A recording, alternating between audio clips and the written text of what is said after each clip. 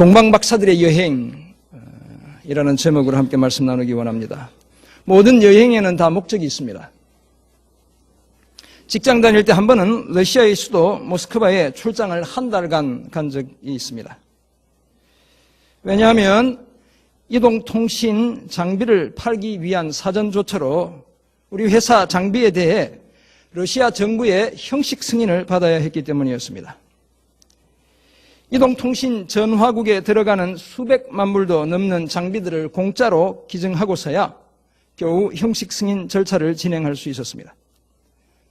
제가 고석강 집사님이랑 나누는 러시아말 인사가 있습니다. 도브로우트라, 도브로진 다 모르시죠? 다 러시아에서 그때 배운 말입니다. 다스비다냐, 볼쇼이라는 말은 아시죠? 엄청 크다는 뜻이고, 스파시바는 감사하다 이런 뜻입니다. 다행히도 형식 승인 절차가 잘 진행되어 러시아 정부로부터 이동통신 장비에 대한 형식 승인을 획득했고, 러시아에 우리 국산 전화국 장비를 팔 수 있는 길을 열었습니다. 지금 이렇게 수원에서 목회하고 있지만 저도 한때는 해외에 우리 국산 장비를 파는 수출의 여건이었습니다. 그렇지만 모든 여행이 다 큰 수확을 얻을 수 있는 것은 결코 아닙니다. 구소련의 위성국가였던 우크라이나는 러시아 못지않게 제가 자주 출장을 다녔지만 온갖 우여곡절을 다 겪어야 했습니다. 흑해, 그 아름다운 바다, 항구의 도시, 흑해의 항구 도시 오데사의 부두 위에 그 선착장에, 선창가에 6개월간 방치되어 있던 전화국용 교환기를 확인하러 갔던 출장은 암담함 그 자체였습니다. 바닷바람에 배터리가 다 부식되면서 허연 액체들이 터져나와 장비들이 말이 아니었기 때문이었습니다. 흑해 위에 떠있는 멋진 선상 호텔에서 큰 배로 된 그 호텔에서 잠을 이틀 밤을 자긴 했지만 돌아가서 상황을 보고해야 할 걱정 때문에 잠을 제대로 이룰 수 없었습니다. 아니나 다를까 출장에서 돌아와서는 수출 담당 과장이었던 제가 죽을 죄인이라며 앞으로는 똑바로 일하겠다며 심할서를 써서 제출을 해야 했습니다. 여러분 심할서 잘 모르시죠? 직장 다니는 분 다 아세요. 심할서. 제가 그런 처지에 놓였던 것입니다. 그런데 오늘 본문도 예수님의 탄생을 축하하는 동방박사들의 여행을 소개하고 있습니다. 저들의 출장을 소개하고 있습니다. 박사라는 말은 천문학에 관해 연구하는 고대의 과학자 또는 현자를 의미합니다. 지혜로운 사람들이라는 것이죠. 아마도 그들은 사제이자 하늘에 대해 연구하는 과학자였을 것입니다. 그리고 이들의 여행 목적은 막 태어난 아기 예수를, 아마 오늘 본문을 보면 막은 아니고 이미 어느 정도 기간이 지난 아기 예수를 경배하기 위함이었습니다. 그래서 그 여행은 결코 실패할 수 없는 여행이었습니다. 아기 예수님께 경배하기 위한 동방박사들의 여행의 여정을 자세히 기록하고 있는 오늘 본문 마태복음 2장 1절부터 12절을 통해 우리는 다음과 같은 세 가지 의미를 발견하게 됩니다. 먼저 하나님의 구원 계획에는 이방인도 이미 다 포함되어 있다는 것입니다. 둘째, 하나님께서는 사람들이 이해할 수 있는 방법으로 자신의 뜻을 나타내신다는 것입니다. 그리고 끝으로 우리 인생 여행의 궁극적인 목적도 하나님을 경배하기 위한 것이어야 한다는 바로 이 사실입니다. 성경학자들은 오늘 본문에 등장하는 동방박사들을 대체로 페르시아, 지금의 이란 지방에서 온 이방인들로 이해합니다. 1절을 보면 그때는 에돔 출신의 왕인 헤롯 대제가 팔레스타인 지역을 다스리고 있었습니다. 로마의 분봉왕이었다라고 제가 몇 번 말씀드렸습니다.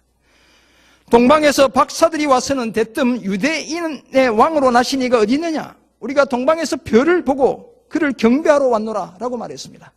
헤롯 입장에서는 엄청 당황스러운 말을 하고 있는 것입니다. 별을 관찰하던 그들은 평소와는 다르게 빛나는 놀랍고 새로운 한 별을 보았고 그 의미를 유대인의 왕이 탄생했다라는 의미로 해석하게 되었습니다. 그래서 유대의 수도인 예루살렘을 향해 여행을 떠나 마침내 헤롯 왕 앞에까지 찾아왔던 것입니다. 이들의 방문 이유를 들은 헤롯 왕과 온 예루살렘 사람들이 소란스러울 수밖에 없었습니다. 3절이 바로 그 사실을 말씀합니다. 왜냐하면 지금 그곳에는 헤롯이라는 사람이 엄연히 왕으로 다스리고 있었기 때문이었습니다. 그래서 도대체 유대인의 왕이 태어났다는 말이 무슨 소리인가 해서 구약 성경을 잘 알지 못했던 헤롯, 에돔 출신이죠. 이 헤롯이 대제사장들과 서기관들을 모아 이 성경학자들을 모아서 그리스도 곧 메시아가 어디서 난다고 예언하고 있는지를 묻게 되었습니다. 그들이 이르기를 미가서 5장 2절을 인용하고 있죠. 베들레헴에서 난다는 것이었습니다.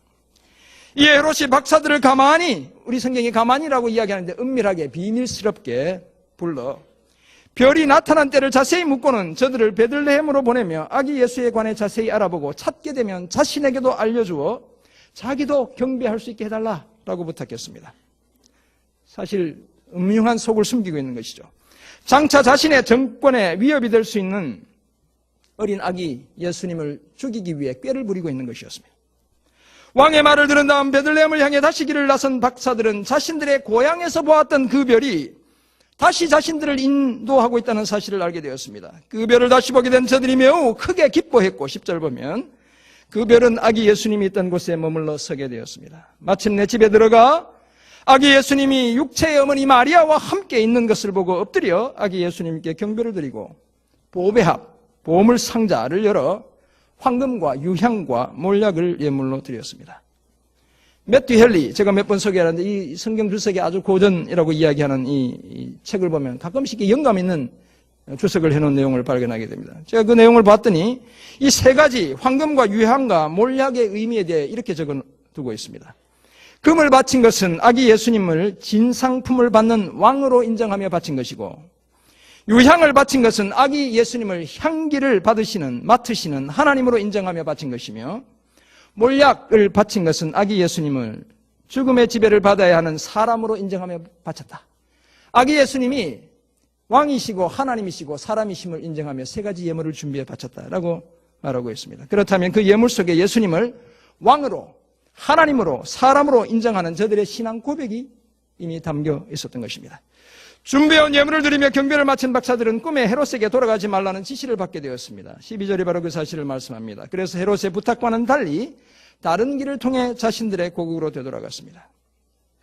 그런데 오늘 우리는 이 장면에서 흔히들 쉽게 동방박사의 경배를 받으신 예수님을 구유에 누워있는 갓난아기로 이해합니다.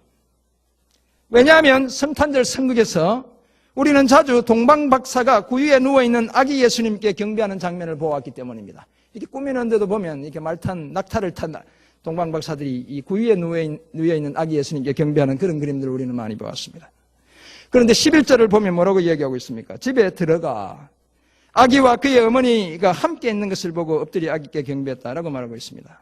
집이라는 말도 사용되고 있고 아기라는 말이 사용되고 있는데, 우리 성경에는 아기로 번역하고 있지만 사실 헬라 성경이나 영어 성경을 보면 아기가 아니라 child로 번역하고 있습니다. 어린 아이. 헬라의 성경 의미도 우리가 잘 아는 파이디온 얘기 들어보셨죠? 어린이 교육하는 교재를 만드는, 일단 어린이라는 뜻이거든요. 바로 파이디온이라는 이 말이 사용되고 있습니다. 그렇다면 저들이 본 아기 예수님은 구유에 누워있던 아기 예수님이 아니라 이미 어느 정도 자란 어머니 마리아와 함께 베들레헴의 어느 집에 있던 어린 아기 예수님이었을 가능성이 훨씬 더 큽니다. 아마도 우리 나이로 거의 2살 정도 되었을 것이다 라고 짐작해 볼 수 있습니다. 왜냐하면 헤롯이 몇 살 이하의 어린아이를 죽이라고 이야기하고 있습니까? 2살 이하의 어린아이를 죽이라고 16절에서 말하고 있기 때문입니다. 이와 같은 내용을 전하는 오늘 본문 속에 담겨있는 동방박사들의 여행이 시사하는 첫 번째 의미는 하나님의 구원 계획에는 이방인도 이미 다 포함되어 있다는 것입니다. 흔히들 마태복음은 왕으로 오신 예수님에 대해 기록하고 있다고 이야기합니다. 유대인의 왕으로 오신, 또는 온 인류의 왕으로 오신. 그래서 1장 족보를 보면 시작은 아브라함과 다윗의 자손으로 이렇게 시작하고 있지만 사실 초점이 맞추어져 있는 인물은 믿음의 조상 아브라함이 아니고 다윗입니다. 그래서 족보를 다윗이라는 히브리어 자음의 음가, 다비드라고 이렇게 데이비드라고 영어로 했잖아요. 그럼 히브리어로 우리의 디귿에 해당하는 이 단어가 자음으로 4번째예요. 그 다음에 비에 해당하는 단어가 6번째. 그 다음에 또 하나 더 있으니까 4 더하기 6 더하기 4는 얼마입니까? 14. 네. 그래서 마태복음 보면 왕의 족보를 14대로 끊어서 3번 소개하고 있습니다. 예수님이 뭐라고요? 다윗의 자손, 왕으로 오셨다는 것입니다. 그런데 그 족보 다음에 이어지는 2장에 등장하는 인물들이 누굽니까? 오늘 본문에 누가 등장해요? 동방박사들이 등장하고 있습니다. 이방 사람들이 등장하고 있습니다. 그렇다면 이것은 무엇을 의미하는 것이겠습니까? 아기 예수님께서 유대인의 왕으로 오셨을 뿐만 아니라 이방인의 왕으로도 오셨다는 것입니다. 그래서 이 동방박사들이 예수님을 왕으로 인정하며 예물을 준비해 바치고 있는 것입니다. 그래서 동방박사들은 아기 예수님을 왕으로, 하나님으로, 사람으로 인정하며 예물까지 준비해와 경배했던 것입니다. 우리는 아기 예수님의 아기 예수님이 모든 사람들의 왕으로 오셨다는 이 사실을 성경 곳곳에서도 발견해낼 수 있습니다. 요한복음 4장 42절과 요한 1서 4장 14절은 이 14절의 성경은 예수님이 진실로 이 세상의 구주시다, 유대인들의 구주뿐만 아니라 온 세상의 구세주다라고 기록하고 있습니다. 예수님에게는 유대인들에게 속하지 않은 다른 양들도 있었고, 그래서 예수님은 이 양들을 돌보기 위해 오셨다라고 말씀하고 있습니다. 오늘 아기 예수님을 방문한 동방박사들이 바로 그런 다른 양들이었습니다. 교회력으로 보면, 교회의 달력으로 보면 1월 2일에서 8일 사이의 주일, 2일부터 8일 사이에 놓여있는 주일을 주현절이라고 이야기합니다. 요즘 자주 쓰진 않지만 에피파니라는 말로 쓰여지는데, 천주교에서는 공현대축일이라는 말을 사용합니다. 지금의 로마를 중심으로 했던 서방교회는 그날을 2일부터 8일 사이에 있는 썬데이, 주일을 동방박사들이 아기 예수님을 찾아와 경배한 날로 기념하고 있습니다. 반면에 지금의 이스탄불, 옛날에는 콘스탄티노플이었잖아요. 이스탄불을 중심으로 했던 동방교회는 예수님이 세례 요한으로부터 세례를 받았던 날이 바로 1월 2일부터 8일 사이의 그 주일이다, 이렇게 생각해서 기념하고 있습니다. 서방교회의 전통에 따르면 예수님께서 이방 사람들에게도 자신을 나타내신 날, 주님이 자신을 드러냈다는 날이거든요. 주현절은. 바로 그 날이 바로 주현절이 되는 것입니다. 그렇게 자신을 드러내신 이유는 이방인에게도 하나님의 구원이 미치게 되었다는 사실을 보여주시기 위함이었습니다. 사도행전을 보더라도 베드로가 선포한 복음은 먼저는 유대인에게, 그 후로는 사마리아로, 그리고 이방인들에게까지 확장되었습니다. 또한 이방인의 사도로 부르심을 받은 바울은 로마 제국 내에 흩어져 살던 유대인과 이방인들 모두에게 복음을 전했습니다. 이처럼 하나님은 세상을 사랑하실 뿐만 아니라 세상의 모든 민족이 구원에 이르기를 원하시는 그런 분입니다. 아기 예수님의 탄생을 축하하기 위한 동방박사들의 여행에서 우리는 이미 이 사실을 발견하게 되는 것입니다. 그렇다면 오늘도 여전히 예수 탄생의 소식은 이미 예수를 믿는 우리를 넘어 예수를 믿지 않는 다른 사람들에게까지 들려져야 하는 것입니다. 동방박사들의 여행이 시사하는 두 번째 의미는 하나님께서는 사람들이 이해할 수 있는 방법으로 자신의 뜻을 나타내신다는 것입니다. 제가 자주 강조하지만 우리 각 사람의 소명은 결코 하루아침에 주어지는 것이 아닙니다. 그래서 저는 소명은 삶의 축적이라는 로버트 허드넷의 정의를 좋아합니다. 저와 제자 훈련하면 이 책을 읽게 될 것입니다. 그것은 마치 퍼즐 조각이 다 맞추어지면 아름다운 한 폭의 그림이 완성되는 것과 마찬가지입니다. 아브라함을 부르신 것도, 모세를 부르신 것도, 12제자나 사도 바울을 부르신 것도 다 저들의 삶의 단편이 모여 조각들이 모여 궁극적인 소명이 되었음을 보여주는 그런 장면들에 해당하는 것입니다. 오늘 본문에 등장하는 동방박사들의 경우도 마찬가지였습니다. 하나님은 아기 예수님의 탄생에 관한 자신의 뜻을 특별히 별을 통해 나타내 보여주셨습니다. 그리고 오늘 동방박사들의 예루살렘으로의 여행, 베들레헴으로의 여행은 바로 평소 별을 연구하던 자신들의 삶과 밀접한 연관이 있었습니다. 그들은 아마도 페르시아의 어느 지역에 있던 천문대에서 평소처럼 별을 보던 어느 날 특별한 한 별을 보게 되었을 것입니다.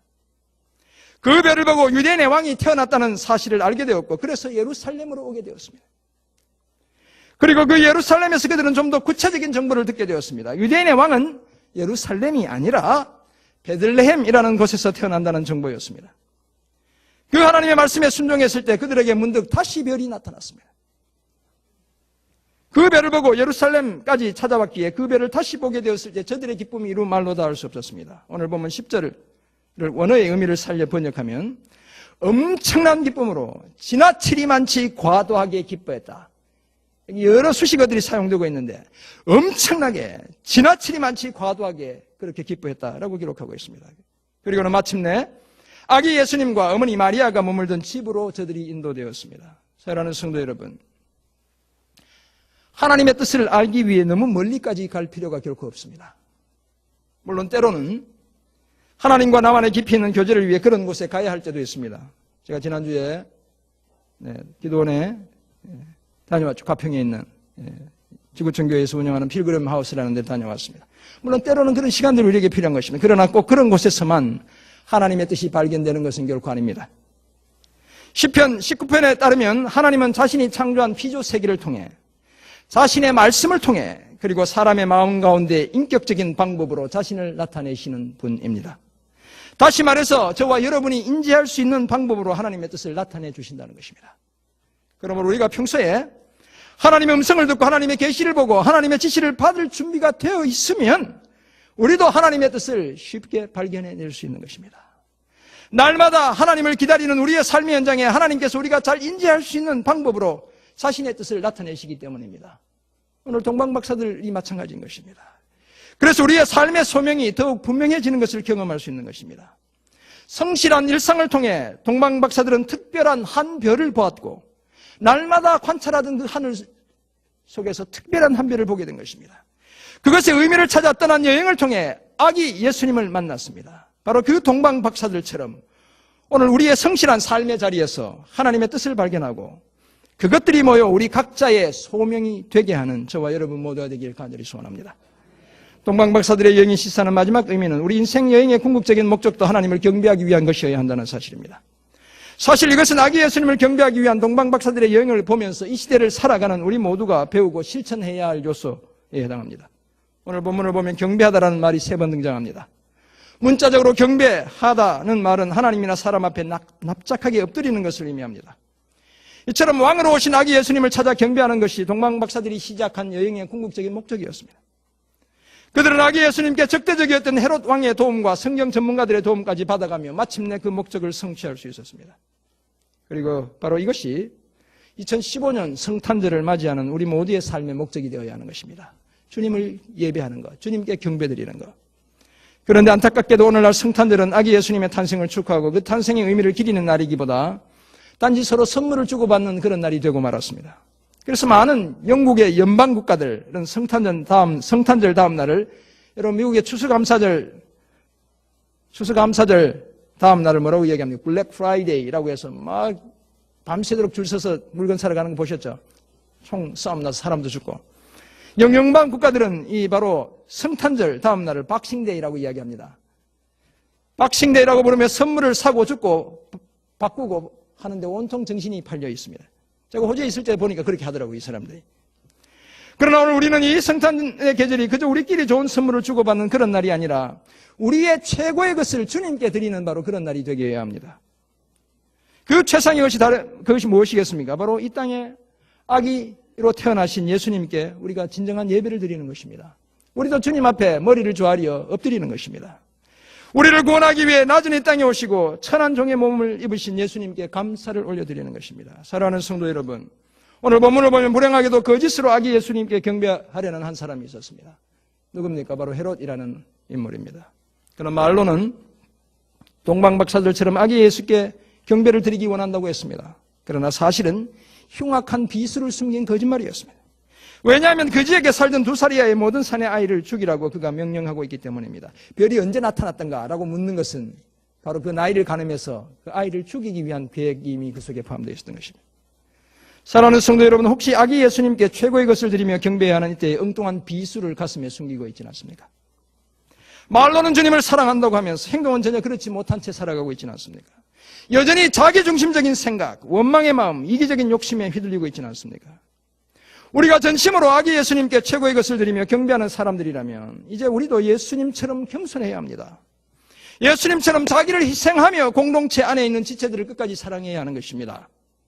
이런 우리의 태도가 그저 말로만 예수님을 경배하는 것이 아니라 삶으로 예수님께 경배 드린다는 증거가 되는 것입니다.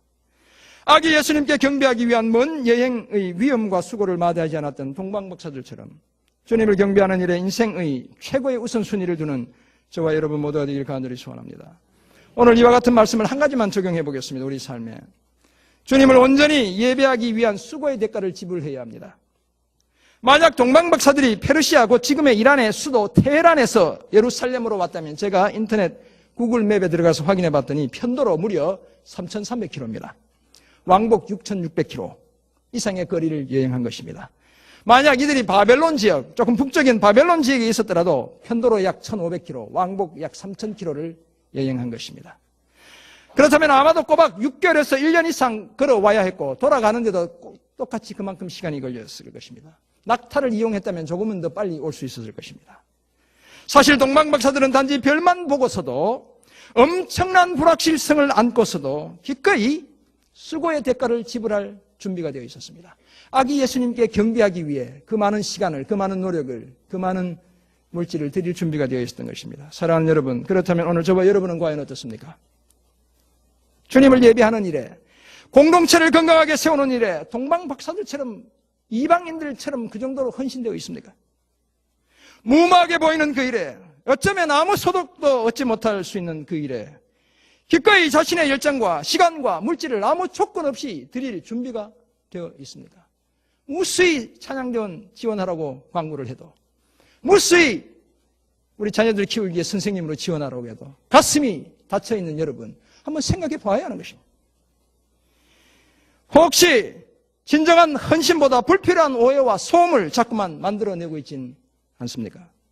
이 성탄의 계절에 다시 한번 주님을 위해, 주님의 나라를 위해, 주님의 교회를 위해 기꺼이 값비싼 대가를 지불할 각오를 하는 저와 여러분 되기를 간절히 소원합니다. 지난 12월 7일부터 9일까지의 구역장 영성회복 여행은 그야말로 몸과 마음이 회복되는 그런 여행이었습니다. 많은 분들이 참여하지 못했지만 21분이 다녀왔습니다. 그런데 사실 저는 여행을 별로 좋아하지 않습니다. 제가 직장 다닐 때 출장 가면 비행기 타면 언제 돌아오나 나를 계속 꼽고 있던 비행기 안에서, 출발하는 비행기 안에서 그러던 사람이었어요, 제가. 왜냐하면 제가 잠자리도 많이 가립니다. 잠을 잘 못 자요. 그런 분 있죠. 베개만 달라도 못 자는, 제가 바로 그런 사람입니다. 화장실은 더 가립니다. 화장실이 바뀌어도 볼일을 잘 못 보는 사람이에요, 제가. 엄청 제가 이상한 사람인 거란 거 아시겠죠? 음식 잘 먹는 것 같지만 참 많이 가립니다. 저희 아내한테 물어보면 알아요. 얼마나 가리는지. 그리고 성격상 어디를 쏟아내기보다 한 곳에 머물러 있으면서 조용히 시간 보내는 것을 좋아합니다. 이번 제가 기도원 갔던 것처럼 조용히 그 자리에서 그냥 주님 생각하고 말씀 준비하고 기도하고 그런 걸 좋아하는 스타일이라는 것입니다. 그런데 제주도에 있는 동안 집을 떠나왔음에도 참 잘 왔다는 생각이 여러 번 들었습니다. 왜냐하면 함께 여행을 가셨던 권사님들, 집사님들이 너무너무 행복해 하시는 거예요. 집에 돌아가고 싶지 않는 표정을 짓고 다니시는 거예요. 제주도에 있던 2박 3일 동안 제가 전체를 모아놓고 설교나 강의를 했던 것은 영성에 대한 강의 딱 30분 한 번밖에 없었습니다. 또 다른 설교나 강의 준비로 제가 너무 큰 부담을 갖고 싶지도 않았고 여행에 참석하신 분들에게도 또 다른 설교나 강의를 듣는 부담을 드리고 싶지 않았기 때문이었습니다. 또한 하나님이 만드신 자연을 있는 그대로 보는 것, 그것 자체가 설교고 같이 지내는 그 시간 자체가 이미 강의이기 때문인 것이었습니다. 그리고 우리 영성이 회복되는 이 여행은 특별한 말은 없어도 주님의 은혜와 사랑에 집중하는 이 여행은 내년에도 계속될 것입니다. 헌신된 분들이 또다시 참여하게 될 것입니다. 사랑하는 성도 여러분, 우리는 모두 인생이라는 여정에 놓여있는 하나님의 백성들입니다. 그래서 우리는 모두 순례자요 나그네인 것입니다. 그리고 이런 우리의 여행에는 공통의 목적이 있습니다. 바로 그것이 하나님을 경배하는 것입니다. 이 아름다운 여행에 여러분 모두를 초대합니다. 또한 다른 누군가를 이 여행에 초대하는 저와 여러분이 되길 간절히 소원합니다. 그리고 이 여행을 아름답게 마치기 위해 기꺼이 대가를 지불하기로 제가 여러 번 컨택했지만 접촉했지만 거부하신 여러분, 내년에는 반드시 헌신하시기 바랍니다. 기꺼이 대가를 지불하는 저와 여러분이 되길 간절히 소원합니다.